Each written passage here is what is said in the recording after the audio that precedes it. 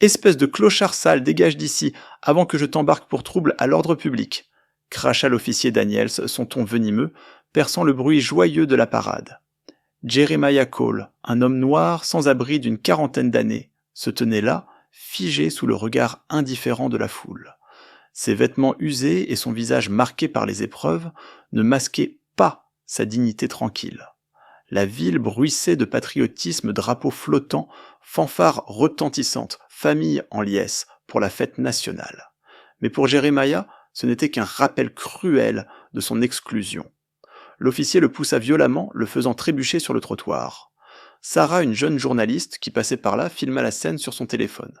La vidéo se répandit comme une traînée de poudre sur les réseaux sociaux, exposant l'injustice flagrante, un vétéran oublié humilié publiquement par un policier cynique. Cette discrimination raciale et sociale risquait d'embraser l'opinion publique, révélant les failles d'une société qui ignore ses héros tombés.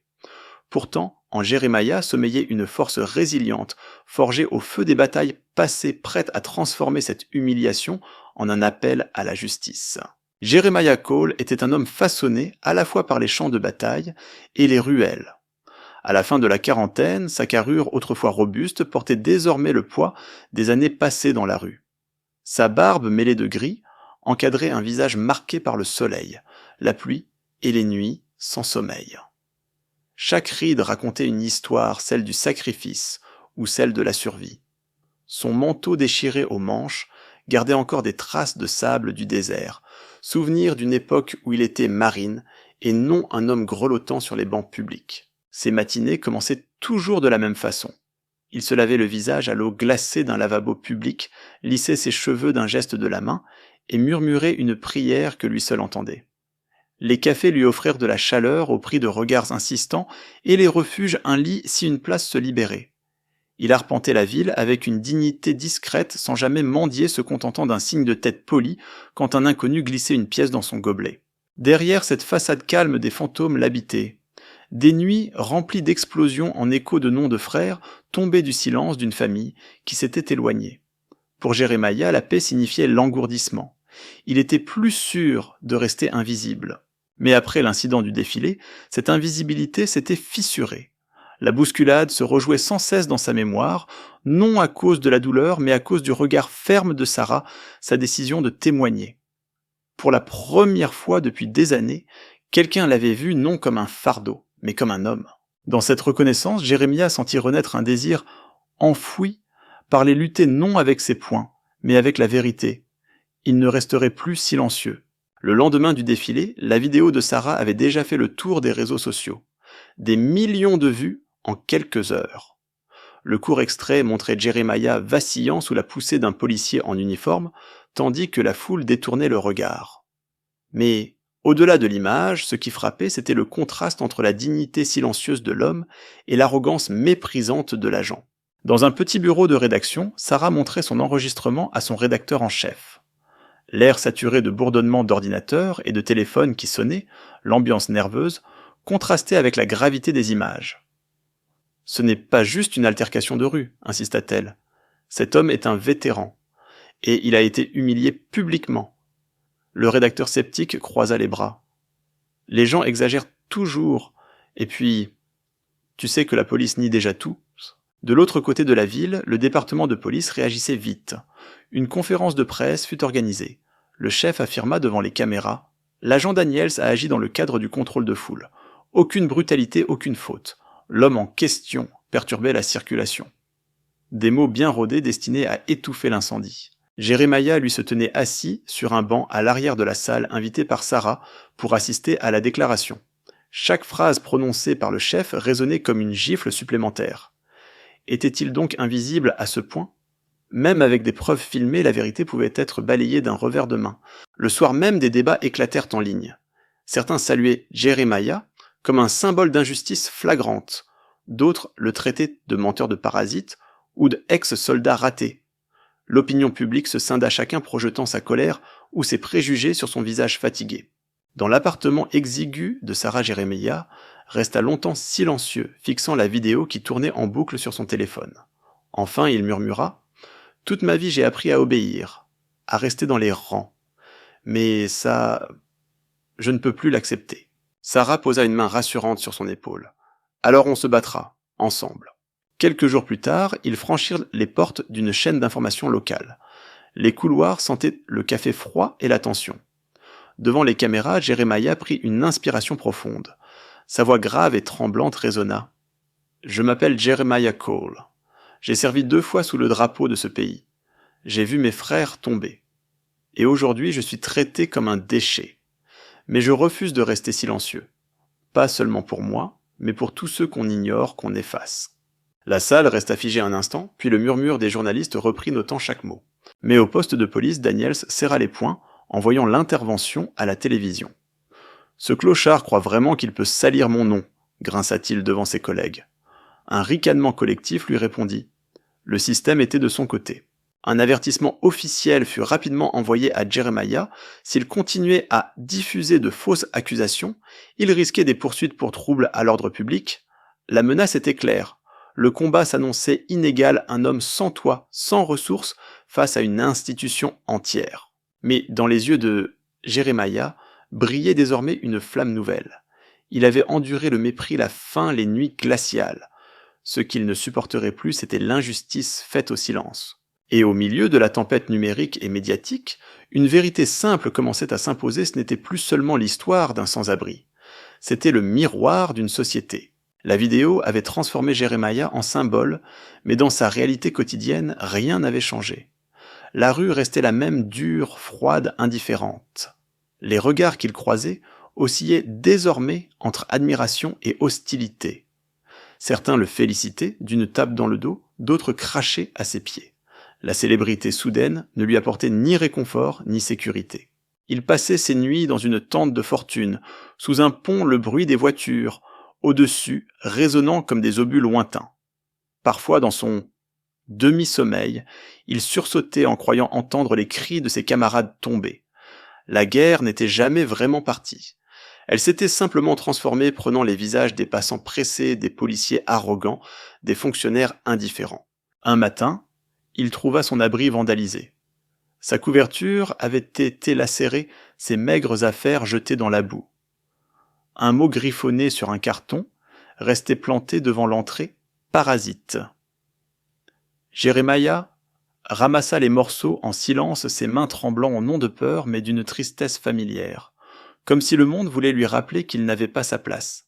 Même parmi les autres sans-abri, certains prenaient leur distance. « Mec, t'attires trop d'ennuis maintenant », lui lança un vieux compagnon de galère. « On veut pas de problème avec la police. » Ces mots l'atteignirent plus durement qu'il ne voulait l'admettre. L'isolement devenait total. Sarah pourtant continuait de l'encourager. Elle venait le voir presque chaque jour, caméra à la main, carnet rempli de notes. Mais même son énergie se heurtait à des murs. Son rédacteur en chef lui avait imposé de présenter les 2 côtés de l'histoire, ce qui revenait à donner autant de place aux justifications du département de police qu'aux témoignages de Jeremiah. La vérité se dissolvait dans un équilibre artificiel. Jeremiah voyait bien qu'elle s'épuisait. Ses yeux, autrefois pétillants d'enthousiasme, se voilaient de frustration. Pourtant, elle ne lâchait pas. « On va trouver un moyen, Jeremiah, je le promets. » Il lui répondit d'un simple hochement de tête. Les promesses, il en avait trop entendu. Ce qu'il attendait, c'était un signe, une preuve que sa voix pouvait réellement briser le mur du silence. Les nuits suivantes, la peur s'installa. À plusieurs reprises, il remarqua une silhouette rôder près de son campement. Une présence discrète mais menaçante. Puis un soir, une voix basse s'éleva derrière lui. « Abandonne. Tu n'as aucune chance. » Quand il se retourna, l'homme avait disparu. Jeremiah resta figé longtemps, son souffle court, le cœur battant comme au combat. Le lendemain, il se rendit au bureau de la VA Veterans Affairs pour récupérer ses dossiers militaires, espérant prouver publiquement son passé de soldat. Mais la fonctionnaire derrière son guichet lui répondit avec un sourire mécanique. « Désolé, monsieur Cole, nous ne trouvons aucune trace de votre dossier.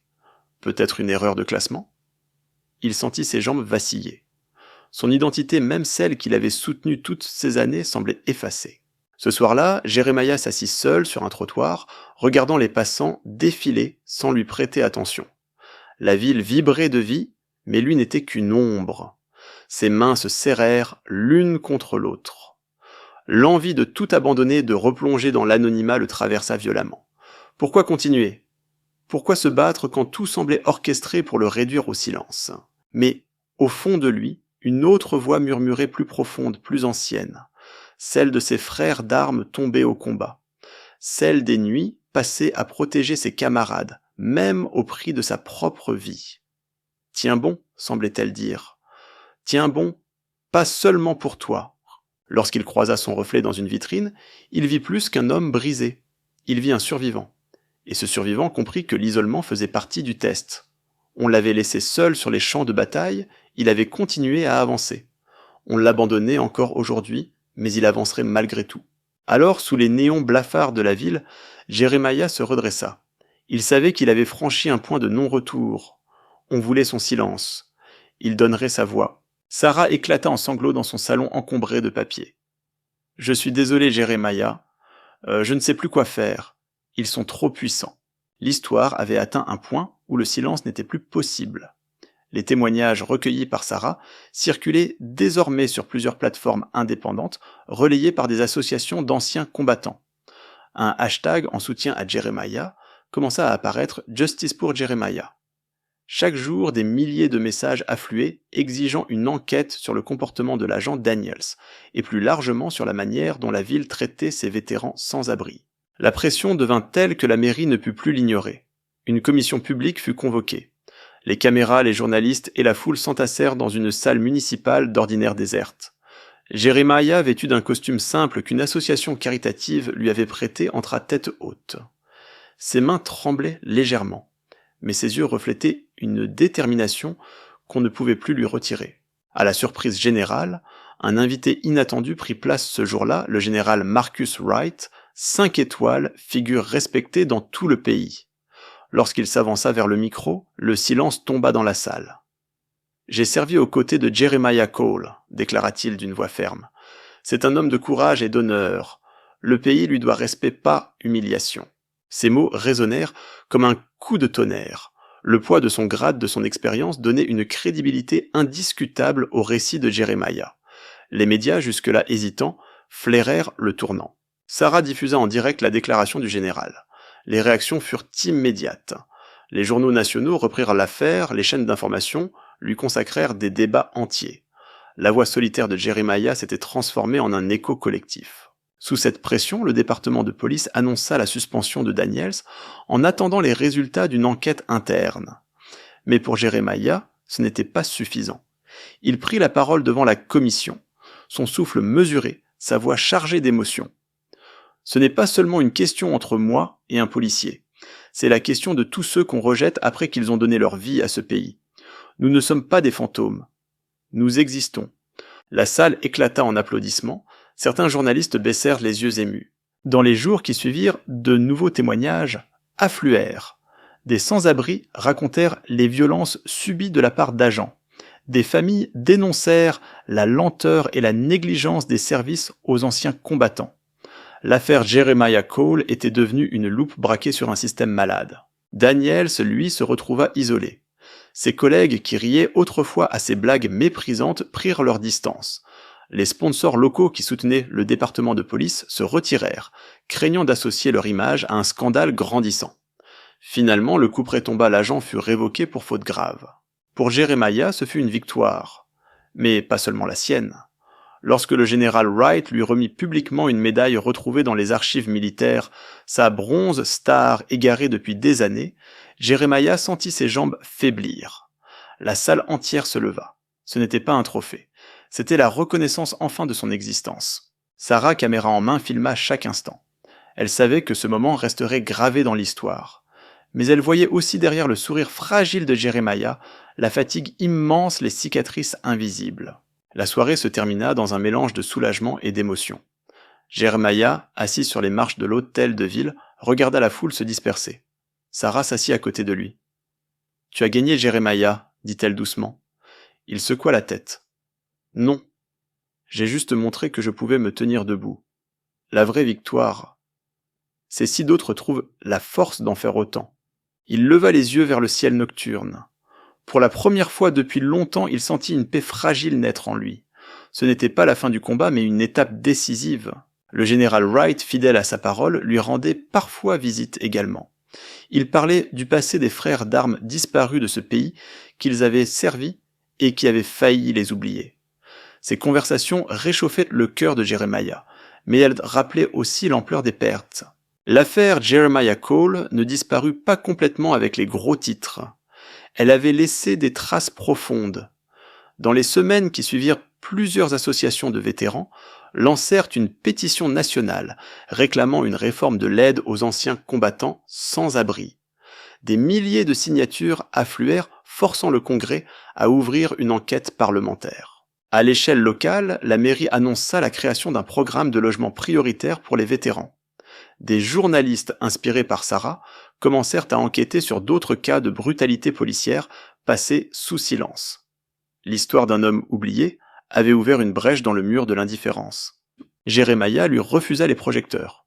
Il choisit une vie discrète, consacrant son temps à accompagner d'autres sans-abri dans leur parcours. Certains le reconnaissaient et venaient le voir pour lui dire « Frère, à cause de toi, j'ai eu le courage de demander de l'aide ». Ces mots valaient plus pour lui que toutes les médailles. Un soir, il balaya calmement le trottoir devant le centre d'accueil, geste simple, mais empreint de dignité. Puis, il alla déposer quelques fleurs devant une plaque commémorative dédiée aux soldats, tombés murmurant un nom après l'autre, comme pour leur dire qu'ils n'étaient pas oubliés. Enfin, il rejoignit un petit groupe de vétérans et de bénévoles marchant côte à côte dans les rues de la ville. Les drapeaux flottaient encore au loin, mais cette fois Jeremiah ne se sentait plus invisible. Il avançait en communauté porteur d'un héritage douloureux mais fertile. L'histoire de Jeremiah Cole nous rappelle une vérité simple mais essentielle. La dignité humaine n'a pas d'adresse, pas de statut, pas d'uniforme. Même dans l'oubli, même dans la rue, chaque vie mérite respect et reconnaissance. Son combat n'était pas seulement le sien, mais celui de tous ceux qu'on réduit au silence. Avant de partir, j'ai préparé une vidéo rien que pour vous cliquer dessus et laisser un commentaire pour partager vos impressions. Et surtout, abonnez-vous à la chaîne ensemble, nous pouvons continuer à donner une voix à ceux qu'on refuse d'entendre.